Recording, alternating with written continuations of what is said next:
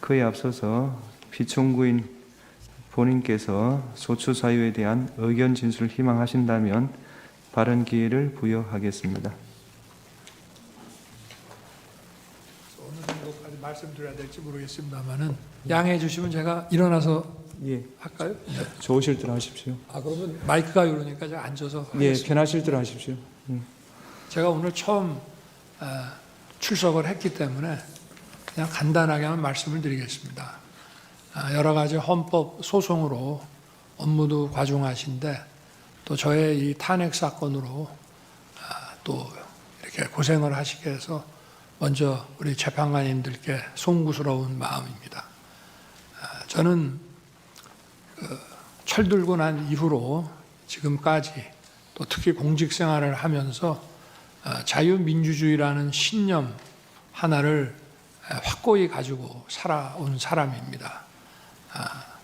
헌법재판소도 이러한 헌법 수호를 위해서 존재하는 기관인 만큼 우리 재판관님들께서 여러모로 잘 살펴주시기를 부탁드리겠습니다. 또 필요한 상황이 되거나 질문이 계시면은 말씀드리도록 하겠습니다. 네, 감사합니다. 예, 말씀 잘 들었습니다. 다음으로 피청구인에 대한 신문을 하겠습니다. 피청구인 본인께서는 그 자리에 계시면 되겠고요. 질문사항은 2개밖에 없습니다. 피청구인에게 진술 거부권을 고지해 드립니다. 질문 전체에 대해서 또는 개개의 질문에 대해서 진술을 거부할 수 있습니다. 오늘 피청구인 신문이 예정돼 있지 않았던 상황으로 알고 있는데요. 제가 지난밤에 오늘 발언 기회를 줄 수 있느냐 협의할 때 분명히 말씀드렸습니다. 재판장께서 하시면 제가 2가지만 아는 대로 묻겠습니다. 말씀을 드리겠습니다. 네네. 네. 첫 번째 질문은 국가 비상 입법기구 관련 예산을 편성하라는 쪽지를 기획재정부 장관에게 준 적이 있으십니까? 저는 이걸 준 적도 없고, 그리고 나중에 이런 계엄을 해제한 후에 한참 있다가 언론에 뭐 이런 메모가 나왔다는 것을 기사에서 봤습니다. 근데 그 기사 내용도 조금 부정확하고, 그러면은 이거를 만들 수 있는 사람은 국방장관밖에 없는데, 국방장관이 그때 이제 부속이 돼 있어서 구체적으로 확인을 못했습니다. 그런데 그 내용을 보면 좀 그 내용 자체가 좀 서로 좀 모순되는 것 같기도 하고, 그런데 하여튼 뭐 그 부분에 대해서는 그렇습니다. 뭐 자세하게 또 물어보시면은 제가 아는 대로 답변을 드리겠습니다. 예. 2번째 질문, 마지막 질문 드리겠습니다. 본인께서는 이진우 수방사령관, 곽종건 특전사령관에게 계엄 선포 후 계엄 해제 결의를 위해 국회에 모인 국회의원들을 끌어내라고 지시한 적이 있으십니까? 없습니다. 네. 예, 그러면 마치겠습니다. 다음 기일부터 이제 관련자들 증인 신문이 이루어질 텐데, 김용현 증인은 뭐 변론으로 하더라도 나머지 증인들의 경우에는 피청구인이 군통수권자 지위에 있으면서 선언했던 이 계엄 선포 당시에 피청구인으로부터 여러 국회, 특히 국회 계엄 해제 요구 의결을 방해하기 위해서, 저지하기 위해서 구체적인 지시를 받았던 사람들이 여러 사람 있습니다. 이런 사람들이 증인을 하게 될 텐데, 피청구인이 앞으로도 이제 심판정에 출석을 하게 되면 그 면전 상태에서는 사실대로 진술하기가 좀 어렵지 않을까 걱정이 됩니다.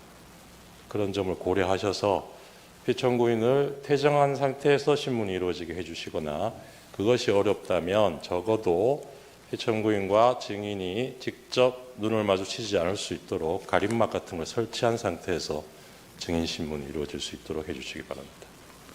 예, 재판부 평의를 거치겠습니다.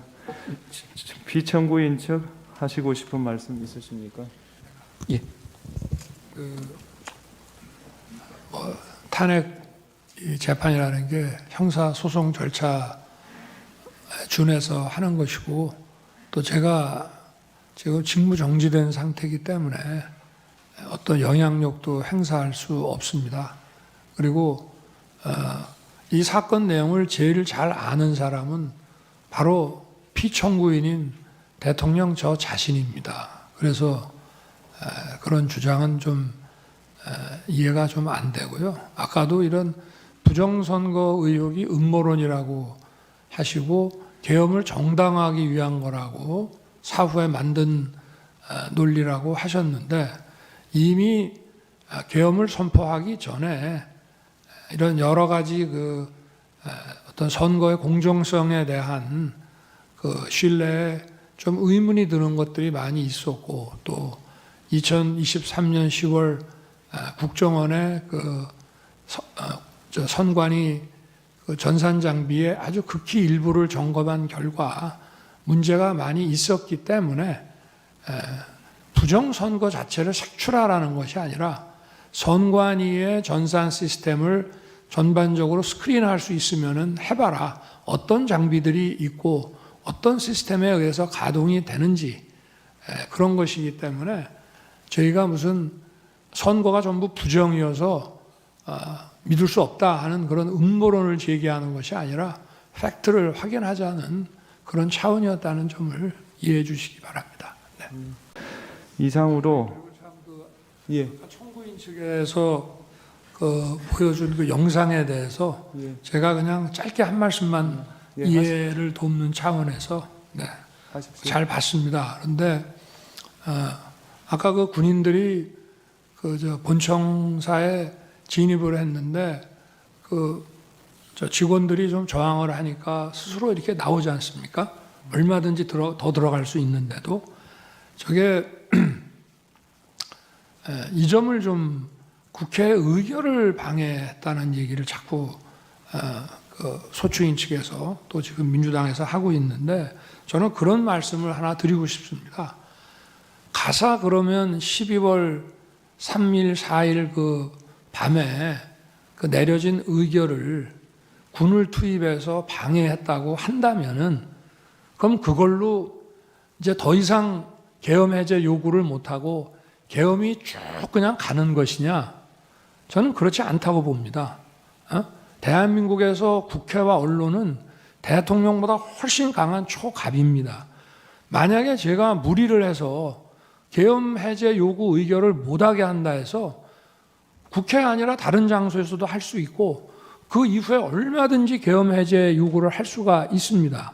그러고 그거를 만약에 막았다고 한다면 그거는 정말 뒷감당을 할 수 없는 일이라고 저는 생각합니다. 그래서 계엄 해제 요구를 막았다, 여러 가지 이런 증언들을 막 이렇게 모아가지고 그렇게 얘기를 하시는데 계엄 해제 요구 결의가 사실은 저도 그 방송을 보고 있었습니다만은 의원들 사이에서도 국회의장과의 관계에서 아니 빨리 합시다. 그리고 또 우원식 의장은 그래도 절차는 밟아야 되는 거 아닙니까?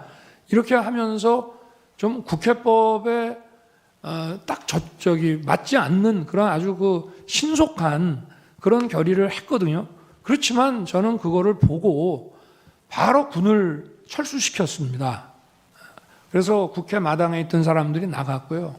그리고 아까 국회의장 공관 옆에 군인들이 지나가면서 마치 국회의장을 새벽 2시에 체포할 것처럼 그게 아마 제가 볼 때는 퇴각하는 과정에서 일어난 일이 아닌가 싶고요.